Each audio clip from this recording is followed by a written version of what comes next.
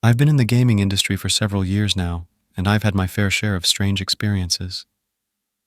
But what happened when I worked at one of the most prestigious game development companies, one famous for its iconic titles, still haunts me to this day. I never imagined I'd end up tangled in something so disturbing, something that still lingers in the back of my mind like a nightmare I can't wake up from.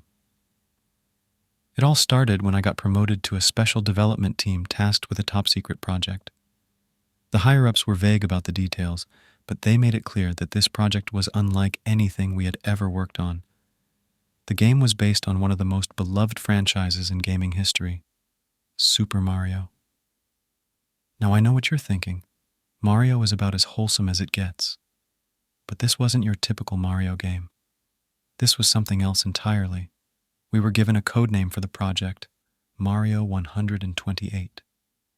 For those who don't know, Mario 128 was a tech demo shown off years ago that supposedly laid the groundwork for future Mario games. But what we were working on wasn't just a tech demo, it was a full game, and it had already been partially developed by another team. Our job was to finish it.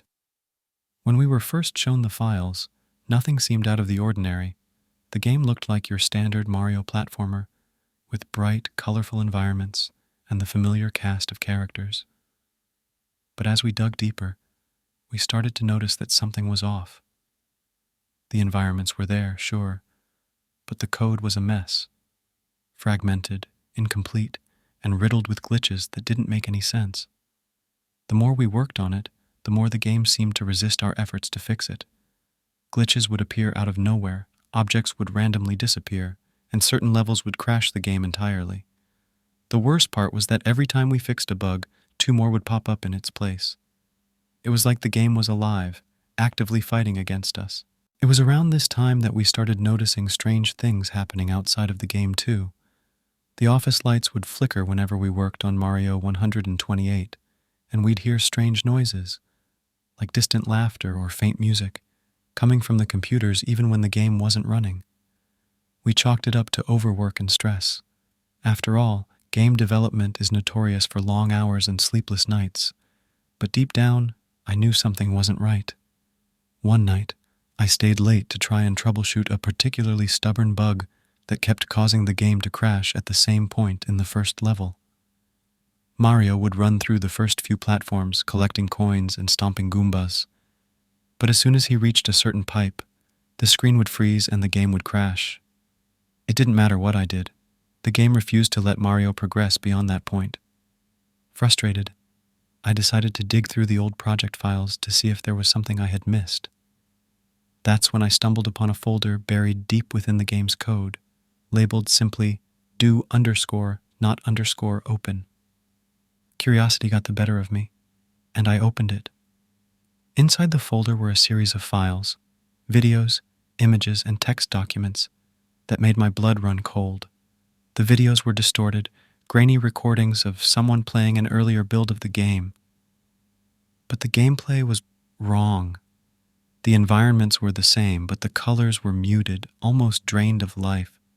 Mario's movements were jerky, unnatural, and he would often pause to stare directly at the screen as if he were aware he was being watched.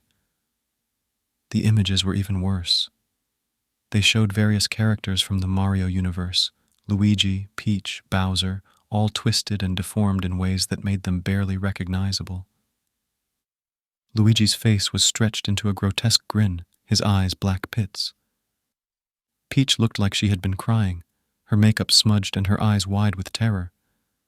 Bowser was barely more than a shadow, his silhouette distorted and menacing.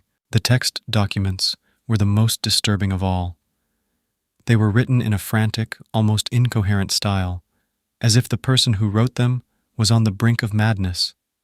The notes talked about how the game had started as a standard Mario title, but had somehow taken on a life of its own. The original developers had tried to shut it down, but the game wouldn't let them. One note simply read, "It's watching me. It knows what I'm thinking." My heart was racing as I read through the documents. I didn't know what to make of it. Was this some kind of sick joke? A prank by the previous development team? But the more I read, the more I realized that this wasn't a joke, this was real. And whatever Mario 128 had become, it wasn't something that should exist. The next day, I showed the files to the rest of the team.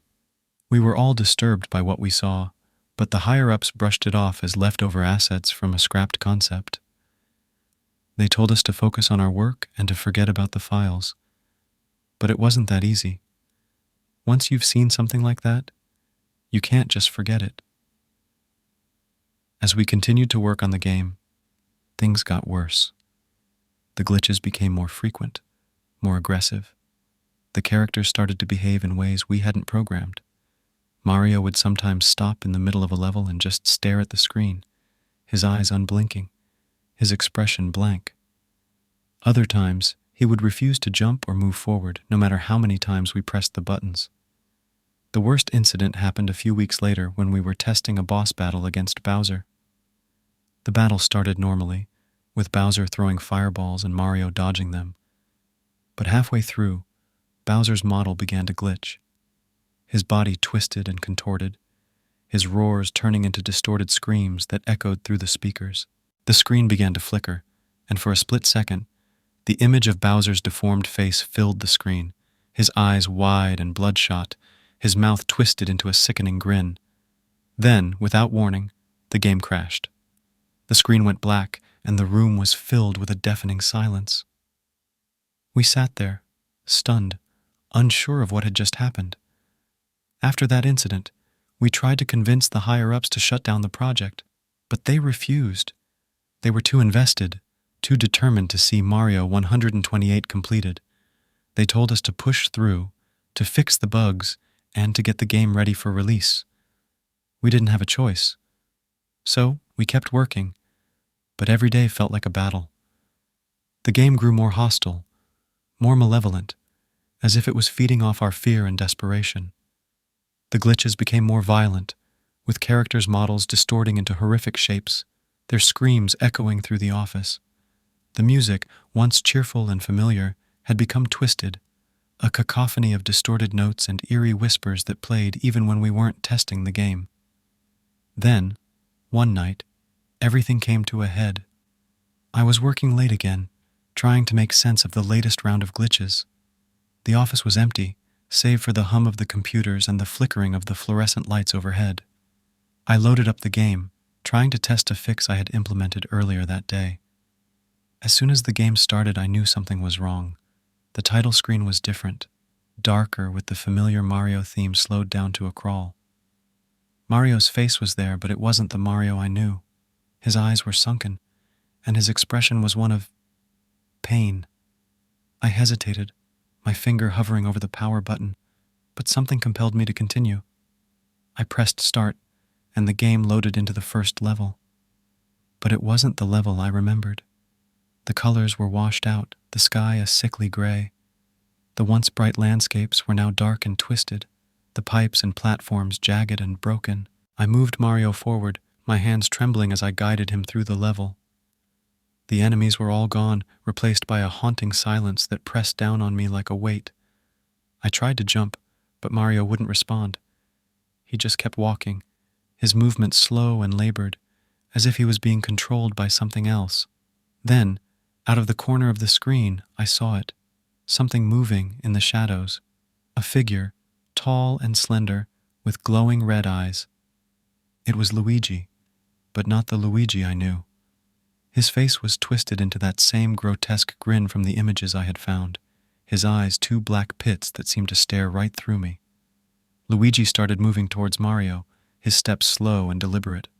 I tried to turn Mario around, to make him run, but he wouldn't respond. He just kept walking forward, towards Luigi, towards whatever fate awaited him. As Luigi got closer, the screen began to glitch, the image flickering and distorting. I could hear the whispers again, growing louder, more insistent. They were saying something, but I couldn't make it out. My heart was pounding in my chest, and I felt a cold sweat break out on my forehead. Suddenly, the screen went black. For a moment, I thought the game had crashed again, but then I saw something. A single line of text in the center of the screen, written in a jagged, blood-red font. "It's a me, Mario." The game crashed. This time there was no recovery. The screen stayed black and the computer refused to restart. I sat there in the dark, my heart racing, my mind reeling from what I had just witnessed. I don't know how long I sat there staring at the blank screen, but eventually I gathered the strength to stand up and leave the office. I didn't bother shutting down the computer or locking up. I just walked out, my footsteps echoing in the empty hallway. I didn't go back to work the next day, or the day after that.